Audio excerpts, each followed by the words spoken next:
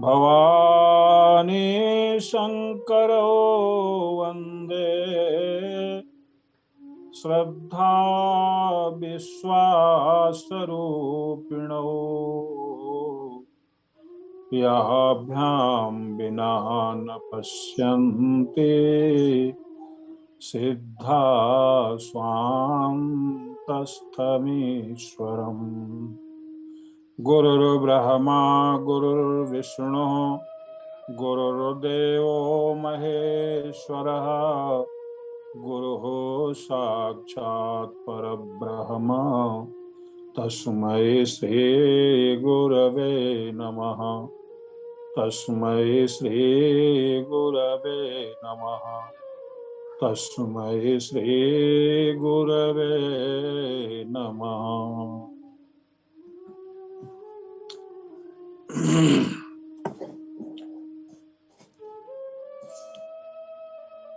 श्री भगवान परम कारुणिक करुणावृणालय परात्पर पर ब्रह्म परमात्मा प्रभु श्री राम के चरणों में अपना कोटिशः नमन बंदन संप्रेषित करता हुआ इस यंत्र के माध्यम से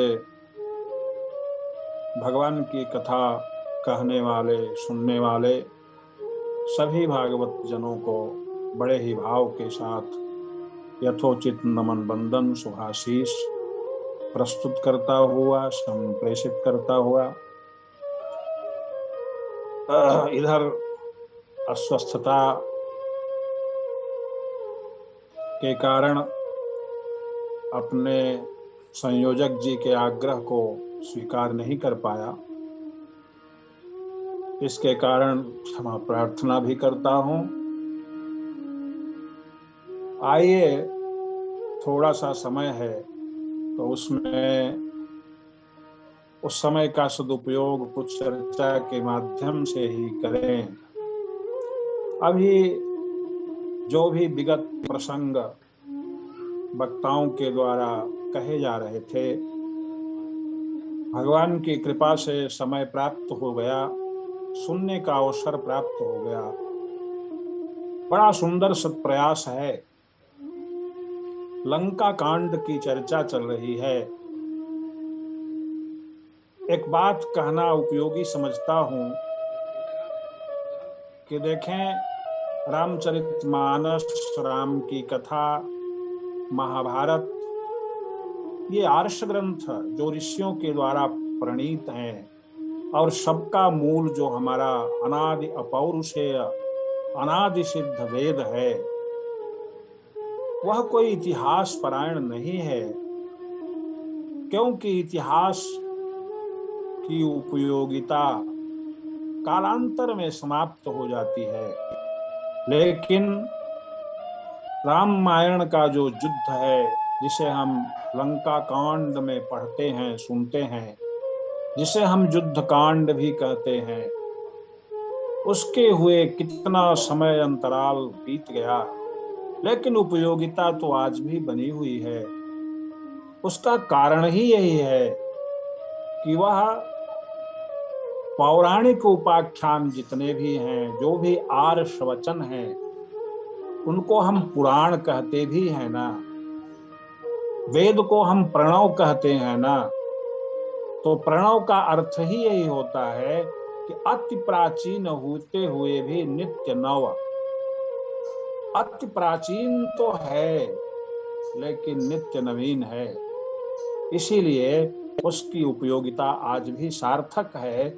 वह किस रूप में सार्थक है, कहा वह कोई और अभिवचन नहीं है, वह तो हमारे जीवन का ही एक अर्थपूर्ण सार्थक भाव है जो नित्य घटित हो रहा है।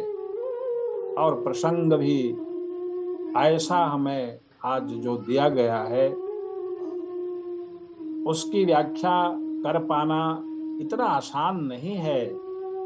हम भले ही अहमुक्ति के कारण यह कह दें कि हम इसकी व्याख्या कर रहे हैं। और एक बड़ी बात अभी पूर्ववक्ता द्वारा कही गई कि भगवान का चरित्र बड़ा गूढ़ है, उसे तो कोई सुजान ही समझ सकता है। और सुजान कौन होता है, इस पर थोड़ी सी बात कही गई, हम उसमें नहीं जाते। कहने का आशय इतना है कि सचमुच में विषयी साधक सिद्ध सयाने, ये साधना की जो कोटियां हैं, इन कोटियों से जो गुजरा वो ही इसको हृदयंगम कर पाता है। उमा राम गुण गूढ़ पंडित मुनि पावहि बिरति, लेकिन वहीं पर पावहि मोह विमूढ़। का जिन्हें भगवान के चरणों में अनुराग नहीं है, जो धर्मरत नहीं है, उन्हें तो मोह ही प्राप्त होगा। निश्चित रूप से समझने की बात है। तो आइए एक बात कह करके प्रसंग को थोड़ा स्पर्श करेंगे, क्योंकि यह तो ऐसा प्रसंग हमें हमारे संयोजक जी ने दिया है। क्या काय अहंकार शिव अबुद्धि अज मन शशि चित्त महान, मनुजवास सचराचरु रूप राम भगवान। लगता ऐसा है, आप सावधान हो करके थोड़ा मन को ध्यान केंद्रित करेंगे तो कहने सुनने की सार्थकता हो सकेगी। लगता ऐसा है कि शरीर का चित्रण किया जा रहा है। अहंकार, बुद्धि, मन और चित्त, ये क्या है? अहंकार, बुद्धि, मन और चित्त, इसे हम क्या कहते हैं? का ये तो हमारे शरीर में है ना, इन्हीं को तो हम सूक्ष्म शरीर कहते हैं। वस्तुतः हमारे भीतर भी, हमें भी भगवत कृपा से स्थावर जंगम जितने भी जीवधारी हैं ना, सबको 3 प्रकार का शरीर प्राप्त है। कौन कौन? का जो दिखाई पड़ रहा है, जिसमें कर्म की प्रधानता है, जो कर्म करता हुआ दिखाई पड़ रहा है, का वो कौन शरीर है? का पंचभूतमय, का क्षिति जल पावक गगन समीरा, पंच रचित अधम शरीरा। ये 5 तत्वों से बना हुआ अधम शरीर है, क्षयशील है। इसमें गीता में भगवान श्री कृष्ण ने कहा कि देहेस्मिन् यथा देहि कौमारम यौवनम जरा तथा देहांतर प्राप्ति धीरस्तत्र न मुह्यति। यह हमें जब प्राप्त हुआ था तो बहुत नन्हा सा था, और हम उस समय यही मानते थे। जब हम समझने लायक हुए तो हमने अपने को क्या माना, कहा मैं नन्हा शिशु हूँ, नन्हा सा बच्चा हूँ। मैं क्या हूँ, नन्हा बच्चा हूँ। किशोर हुआ तो मैंने अपने को क्या माना, कहा मैं किशोर हो गया। यह देह और थोड़ा स्थूल हुआ और विकसित हुआ तो हमने माना मैं युवा हूँ। और जब यह वृद्ध हो गया तो मैंने माना मैं वृद्ध हूँ। वही बात गीता में कहा गया, का देहेस्मिन् यथा देहि कौमारम यौवनम जरा। एक ही देह में रहता हुआ, भैया देह जो है एक ही जीवन में हमें कौन कौन देह मिल गया। का इस छोटा सा नन्हा शिशु का शरीर, मैं अपने को शिशु माना। किशोर अवस्था का, युवावस्था का, वृद्धावस्था का, एक ही जीवन में देखिए हमारा यह अहम भाव, अहम अहमिति हमारी कितने रूपों में बदल गई। का एक ही जीवन में हम ये अहम की बात मैं कर रहा हूँ, जिसे हमें आगे स्पर्श करना है। कहा ये हमारा अहम, अहम माने मैं होता है, और यही मैं को अहंकार कहते हैं।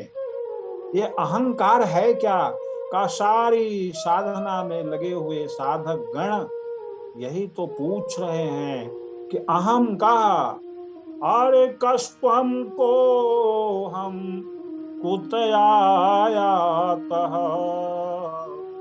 कामे जननी को में तातः। इतनी सी बात यदि समझ में आ जाए, का वेद भगवान जो हमें साधन त्रय बताते हैं, क्या का कर्म, ज्ञान और भक्ति, उसका फल मिल जाए, उसका फल प्राप्त हो जाए। केवल एक बात मालूम हो जाए, अहम कहा, मैं कौन हूं। मैं, ये अहंकार है हमारा, ये हमारी अहमिति है। जैसा हमारा अहंकार है मैं वही तो हूं। मेरे अहम ने जदाकाराकारित वृत्ति को ग्रहण कर लिया, कहा वही तो मेरा स्वरूप हो जाता है। तो भैया एक बात और समझते चलें, का कदाचित हम मनुष्य न हो करके कूकर सूकर की जोनी में जब जाएंगे, क्योंकि ये तो शरीर है। का तथा देहांतर प्राप्ति ही, यह तो अनंत काल से हमारी यात्रा अविच्छिन्न भाव से चली आ रही है। तो यह छोटा सा मानव जीवन 60, 70, 80 वर्षों का, जिसे हम अजर अमर मान बैठे हुए हैं, का कितनी बड़ी भूल कर बैठे हैं। लेकिन कदाचित यह जब शरीर छूटेगा और दूसरा शरीर मिल जाएगा तो हम उस समय यही मानेंगे कि मैं कुत्ता हूं, ये मेरा अहम, यही अहंकार है हमारा। कितने रूपों में प्रतिक्षण परिवर्तनशील है। कहा नस्ल तो नहीं बदलती, कुत्ते के, कुतिया के पेट से कुत्ता ही पैदा होगा। एक हाथी के विशाल शरीर से एक विशालकाय हाथी ही पैदा होता है।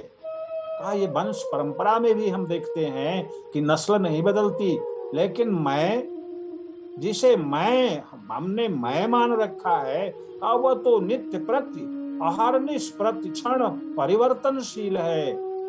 एक जन्म में कुत्ता मैं था, एक जन्म में सूकर मैं हो गया, एक जन्म में मैं, और एक ही जन्म में मैं शिशु था, मैं नौजवान हो गया, मैं वृद्ध हूँ। कहा ये क्या है। एक संत ने बड़ी सुंदर बात कही, ध्यान दीजिएगा। का तेरी नस्ल माही संदेह नहीं, तू, अरे तेरी नस्ल माही संदेह नहीं, तू बना कुसंगति से कच्चा। तेरी नस्ल में संदेह नहीं है, तेरी नस्ल बदलने वाली नहीं है, तू तो कुसंग के कारण कच्चा है। कभी यह बनता है, कभी वह बनता है, कभी वह बन जाता है। कहा जिस दिन यह मैं समझ में आ जाएगा, मैं कौन हूं, मेरा अहंकार जिस दिन परिशुद्ध हो जाएगा, उस दिन समझ में आ जाएगा क्या, अपने घर को याद करो, तू नारायण का बच्चा। तू तो नारायण की नस्ल का है, तू वही है। तू मैं करता फिर रहा है। ये अहंकार जो हमारा विगलित अहंकार है, उसी के कारण हमारी नस्ल में दोष दिखाई पड़ रहा है, परिवर्तनशीलता दिखाई पड़ रही है। वस्तुतः हम क्या हैं? जिस दिन हमें हमारा घर याद आ जाएगा, जिस दिन हमारा अहंकार शिव रूप हो जाएगा, अब विषय की तरफ थोड़ा स्पर्श करें, उस दिन हमें क्या लगेगा? कहा तू नारायण का बच्चा, तू कुछ और नहीं है, तू तो वह सच्चिदानंद स्वरूप परमात्मा का ही अंश है। ईश्वर अंश जीवय विनाशी, अचेतन अमल सहज सुख राशि। तू मरण धर्मा नहीं है, तू मरता नहीं है, ये भ्रम है। तू परम विज्ञान में है और तू सुख राशि है, आनंद स्वरूप है, दुख तुम्हें छू नहीं सकता, ऐसा तेरा स्वरूप है। लेकिन तू कुसंगत के कारण कच्चा बना हुआ है। तो कहा हम ये तो स्थूल शरीर की बात किया हमने। कहा एक शरीर तो हमें यह प्राप्त है जो हम तदाकारित वृत्ति को ग्रहण करके हमें जो यह स्थूल शरीर पंचभूत मिला हुआ है, हम तद्वत वृत्ति में हो करके अपने अहंकार को नियोजित करके तद्वत अपने को मान बैठे हैं। कहा इसके बाद कहा एक शरीर और मिला है, वो कौन है? कहा कि ये देह जो है जीव का अनुगमन करता है। का जीवो ह्यस्यानुगो देहो पंचभूत मनोमय। एक तो पंचभूत का शरीर हमारा पीछा नहीं छोड़ता, और दूसरा मनोमय, मन बुद्धि चित्त और अहंकार यह जो है अंतःकरण चतुष्टय, जिसे हम सूक्ष्म शरीर कहते हैं। कहा यहाँ क्या रहती है? कहा कामना रहती है। और एक शरीर और है, जल्दी चलें, समय बहुत तेजी से भागने लगता है। कहा एक शरीर और है जो हमारे विशुद्ध आत्म तत्व को आच्छादित किए हुए है। वह आत्म तत्व को आच्छादित करने वाली एक और शरीर है। कहा कारण शरीर अविद्यामय, अविद्या गुणावली का माया, जिसके कारण हम स्वरूप का विस्मरण कर गए। हमने अपने को मनोमय मान लिया, बुद्धिमय मान लिया, चित्तमय मान लिया, तदाकारित वृत्ति को ग्रहण करके हम तद्वत हो गए, उस रूप में अपने को स्वीकार कर लिया, भूल गए हम। तो कहा यह जो है मानो हम जब भगवान के ही अंश हैं और भगवत सरीखे ही हैं, का बड़ा सुंदर प्रसंग है, जहां से यह हमको दोहा प्राप्त हुआ है। कहा क्या? का रावण को समझाने के उद्देश्य से मंदोदरी ले जाती है, हाथ जोड़ करके चरणों में मस्तक रख करके प्रार्थना कर रही है कि हे पतिदेव, आप थोड़ा मेरी भी बात सुन लीजिए, मेरी बात सुन लीजिए। क्या? कहा कि जिससे आप बैर करने पर उद्यत हुए हो, उसे आप ये साधारण मानव न समझो। मानो रावण कहता है कि यह भी तो एक राजकुमार की तरह दिखाई पड़ रहा है, क्या समझ लूं? कहा नहीं नहीं नहीं, कहा इनका शरीर फिर कैसा है? कहा जिससे आप बैर करने पर तुले हुए हो, कहा उसका स्थूल शरीर कैसा है? स्थूल शरीर, सूक्ष्म शरीर और कारण शरीर, 3 शरीर हैं। तो कहा कि वह भगवान का भी तो कोई स्थूल शरीर होगा। कहा उसी का वर्णन करते हुए ये 14वें दोहे में मंदोदरी ने कहा, विश्वरूप रघुवंश मणि, करहु बचन विश्वास, आलोक कल्पना वेद कर, अयंग अयंग प्रतिजासु। का ये विराट स्वरूप का वर्णन करती है क्या? पद पाताल शीस यज धामा, अपर लोक अंग अंग विश्रामा। ये भगवान का स्थूल शरीर मानो, विराट स्वरूप जो दिखाई पड़ता है, जैसे हम लोगों का भी स्थूल दिखाई पड़ता है लेकिन सूक्ष्म नहीं दिखाई पड़ता। भ्रिकुटी विलास भयंकर काला, नयन दिवाकर कच घनमाला, राजा सुघ्रान अश्विनी कुमारा, निश्चयरु दिवस निमेष पारा। इस प्रकार से जो है मानो सारे अंग प्रत्यंगों का वर्णन कर दिया। तब मानो रावण ने संकेत किया कि भैया स्थूल शरीर तो तुमने बता दिया, अब जरा सूक्ष्म शरीर भी तो बता दो।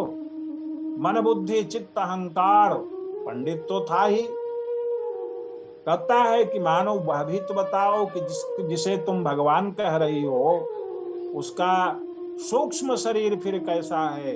क्या हम ही लोगों जैसा है कि कुछ और है? तो कहती क्या है? का नहीं नहीं नहीं, अहंकार शिव बुद्धि अजो। ये जो अहंकार है उस विराट का, उस ब्रह्म का, जिसे हम परमात्मा कहते हैं, जिसे हम भगवान इति शब्दते भगवान कहते हैं, उसका अहंकार शिव रूप है। ये बड़ी विचित्र बात है, वह तो शिव रूप में ही रहता है। शिव भगवान शंकर, भगवान शिव ये क्या है? का उस विराट के अहंकार है। विराट का अहम भाव कैसा है, इसे जानने के लिए भगवान शंकर की आराधना करनी पड़ेगी।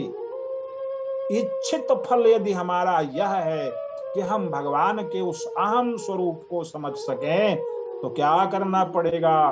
का इच्छित फल बिनु शिव अवराधे, लहिन कोटि जोग जप साधे। भौतिक तल पर स्थूल शरीर से हम कितना भी जोग जप तप करते दिखाई पड़ जाएं, लेकिन साधना कहाँ से शुरू होगी? का इच्छित फल बिनु शिव अवराधे, लहिन कोटि जोग जप साधे। और सबका फल भी यही है कि हम शिव की आराधना कर जाएं। अब थोड़ा विषय समझने योग्य यह होता है कि शिव की आराधना कैसे करें। का हमारा भी शिव है, हमारा भी अहंकार कैसा हो जाए? कहा शिव रूप हो जाए, शिव अहंकार हो जाए। शिव माने होता है कल्याणकारी। अब क्या हमारे पास जो अहंकार है, अहम भाव है, वह कल्याणकारी नहीं है क्या? अपने अहंकार को कल्याणकारी बनाना है, शिव स्वरूप में ले जाना है। तदवत यदि हम हो गए तो मानव जीवन का लक्ष्य प्राप्त हो गया। मानव जीवन धारण करने का हमारी जो परिकल्पना है वह सार्थक हो जाएगी। एक बात और कहें, बड़ा ध्यान देने की बात है, सावधान देखें। बाबा गोस्वामी जी ने कहा जीव शिव रूप में हो जाता है। ये भगवान की कितनी बड़ी कृपा है कि वैसे तो समाधि में जा करके हमें उस शिवत्व को प्राप्त करना है, अहंकार को अपने अपने स्वरूप में अवस्थित करके स्वरूप की प्राप्ति करनी है, स्वरूप का दर्शन कर लेना है, स्वरूप को आत्मसात कर लेना है। ये कैसे होगा? कहा अहंकार के कारण ही होगा, अहम भाव के कारण ही होगा। एक बात और ध्यान देने की है, कहा वेद भगवान कहते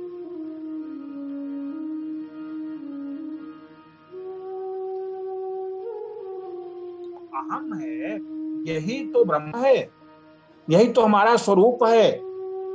और इधर क्या है का मानसकार कह रहे हैं कि मैं अरु मोर तोरत माया अजहि बस कीने जीवन काया।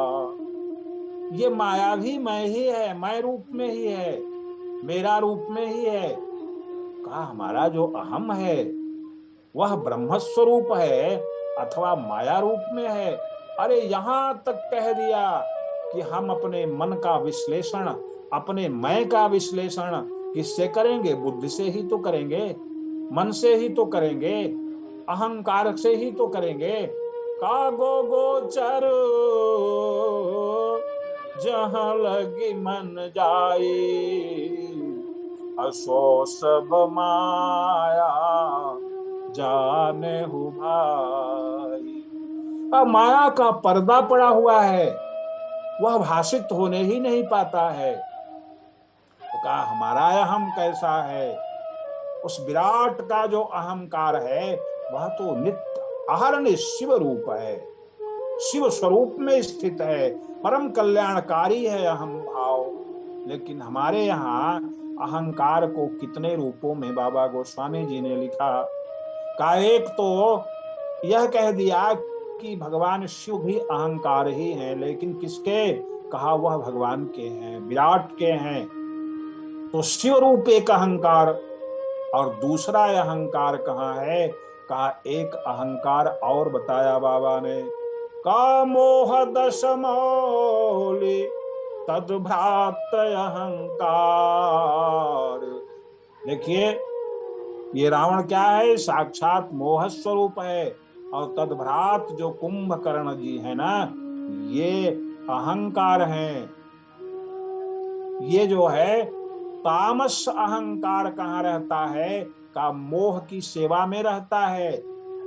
बड़े सब ध्यान देने की बात है कि हम सेवा किसकी कर रहे हैं। मोह की सेवा अगर हम कर रहे हैं तो निश्चित रूप से चाहे कितनी भी पूजा पाठ का ढोंग करें, कितना भी जो है पारायण पाठ कर लें, लेकिन सेवा तो हम मोह की ही कर रहे हैं अगर, तो हम तामसी अहंकार में हैं, हमारा स्वरूप तामसी है। ये क्या आडंबर करने से साधना प्रारंभ नहीं हो जाएगी।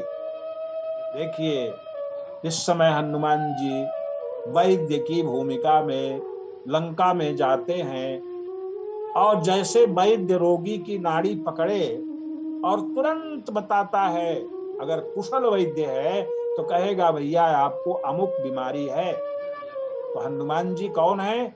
कहा वह तुम त्रिभुवन गुरु वैद्य बखाना, भगवान शंकर के ही साक्षात स्वरूप हैं और मानस रोगों के वैद्य हैं।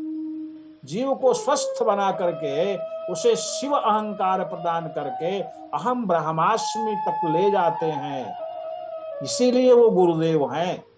शिव की आराधना का फल भी क्या है? कहा कि अहम दासोस्मि। इस भाव की अगर प्राप्ति करनी है तो भगवान की, शंकर की आराधना के बिना, अपने अहंकार का शोधन किए बिना वह स्थिति प्राप्त नहीं हो सकती। देखिए का जो छल छोड़ करके काज छल तजी विश्वनाथ पद से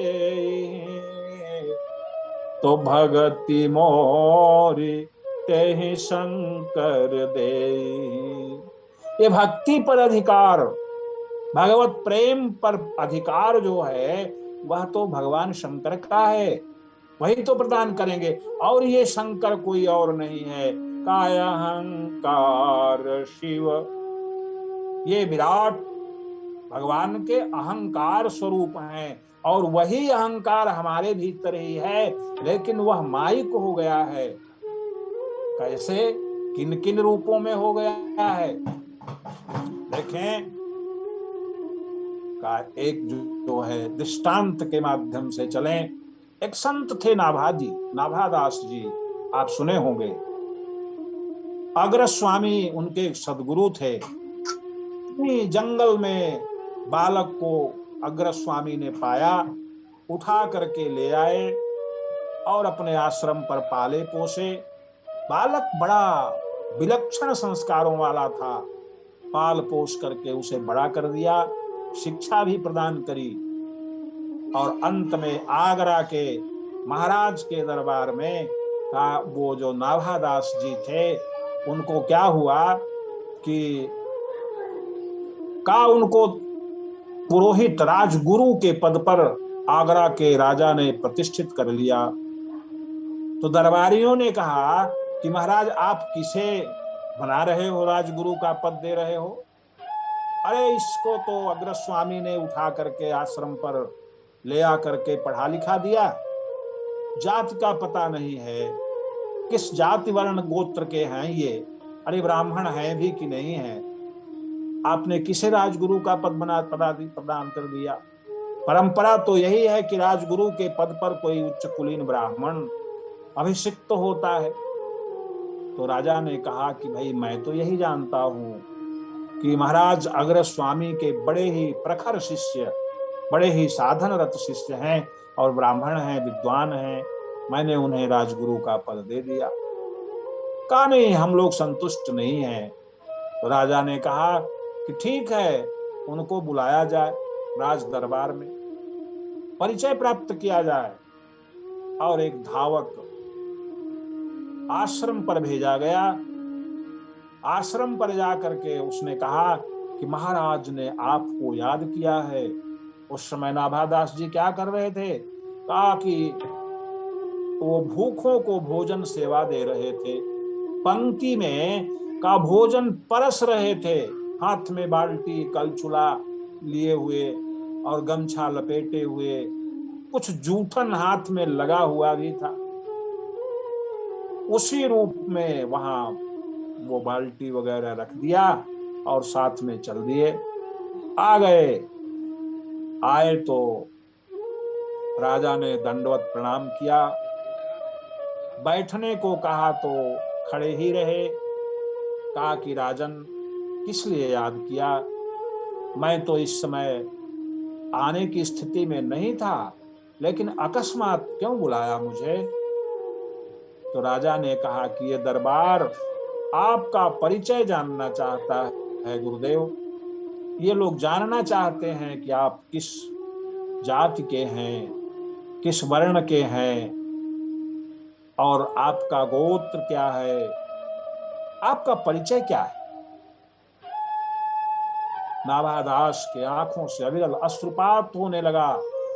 वहीं दरबार में खड़े खड़े ऊपर की ओर मुंह करके भगवान से कहा कि हे प्रभु, मैंने तो संसार से नाता तोड़ लिया है, आपसे नाता जोड़ लिया है, फिर ये संसार मुझसे परिचय जानना चाहता है, संसारी परिचय जानना चाहता है। अरे मैं क्या बताऊं? का कुछ प्रश्न किए गए। जब ऐसा कहा गया, राजा ने कहा कि हे महाराज गुरुदेव, आप तो बड़े धर्मनिष्ठ लगते हो, क्या आप धर्मात्मा हो? देखें, अहम भाव, अहमिति हमारी कहां जाकर टिकी है। मैं अमुक हूं, मैं अमुक हूं, मैं अमुक हूं, पत्नी के लिए पति हूं, बेटे के लिए पिता हूं, भाई के लिए भाई हूं। कहा कितने परिचय लेकर के मेरी वृत्ति कितने रूपों में मैं कर रही है। कहा ये यही अहंकार है हमारा, अहम भाव। और बिना अहम को स्वीकार किए संसार के कार्य हो भी नहीं सकते ना। लेकिन यह छोटी छोटी जो सांसारिक वृत्तियां हैं, यह अहम भाव का पूछा जब राजा ने कि महाराज आप बड़े धर्मात्मा हो, तो बड़ी सुंदर बात कही नाभादास जी ने, कौन धर्मनिष्ठोस्मि, मैं धर्मात्मा नहीं हूं, मैं धर्मनिष्ठ नहीं हूं। आप धर्म से ऊपर उठ चुके, तो आप आत्मज्ञानी हैं क्या? न चात्मवेदी, मैं आत्मज्ञानी नहीं हूं। तो कहा जब आप जो है धर्मात्मा भी नहीं है, आत्मज्ञानी भी नहीं है, तो कहा तब आप तो भगवान के भक्त हो चुके हैं। का ज्ञान और धर्म का फल तो भक्ति है, आप अपने को भक्त मानते हैं क्या? उन्होंने क्या कहा, कौन भक्तिमान स्वच्चरणारविंदयो, मैं तो अपने को भक्त भी नहीं मानता, मुझे यह अनुभव में नहीं आता कि मैं भगवान का भक्त हूं। मैं जो है, कहा कि फिर पूछा कि आखिर कुछ तो महाराज परिचय दे दीजिए। कहा कि मैं क्या हूं, मैं क्या बताऊं अपने को? कहा यह मैं खो गया, का जब मैं था तब हरि नहीं, और अब हरि है मैं नहीं। सचमुच में जब जीव को अपने मैं से मुक्ति मिल जाती है, और यही मैं जब शिव रूप हो जाता है, क्यों? कहा इस मैं से मुक्ति लेना भी नहीं है, इसी मैं को जो संसार में अनेक रूपों में अपना बहुरूपिया की तरह रूप बदल रहा है ना, उसको एक निष्ठ करना है। कौन? कहा एक अभिमान जिस समय पुष्ट हो जाता है, का वही सयानापन हो जाता है, वही सयानापन है। और वही जब सयानापन आ जाता है, तब यह राम गुण गूढ़ समझ में आता है। इसके पहले तो हम लोग जो है वही अटकर पच्चे की बातें करते रहते हैं, इसके पहले कुछ समझ में नहीं आता है। मैं किसी अन्यथा भाव से नहीं कह रहा हूं, समझ में कुछ नहीं आता है। एक गली का कुत्ता भौंका तो दूसरे में भी भौंकता है, तीसरे में भी भौंकता है। अगर कोई पूछ दे कि भैया तुम क्यों भौंके, तो वो कहेगा उधर वाला भौंका तो मैं भी भौंकने लगा। उससे पूछो कि वो तुम क्यों भौंके, तो कहेगा उधर वाला जो भौंक रहा था तो मैं भी भौंक रहा था। समझ में नहीं आता। समझ में कब आएगा? कहा जब हमारा यह अहम भाव शिव रूप में हो जाएगा। और शिव रूप क्या है? कायस्य अभिमान जाहि जन भोरे, और मैं सेवक रघुपति पति मोरे। अरे मैं उस तो परमात्मा का अंश हूं, अहम ब्रह्मास्मि, मैं उस परमात्मा का सेवक हूं, मैं उसी का अंश हूं। कहा यही तो भगवान शिव की साधना है। भगवान शंकर से विवाह करने जा रहे हो, आपका कोई रिश्तेदार नहीं आया, कहीं कुछ गाने बजाने कुछ सजावट नहीं हो रही है, आपका कोई रिश्तेदार नहीं है क्या? भगवान शंकर ने कहा कि नहीं नहीं, मेरा रिश्तेदार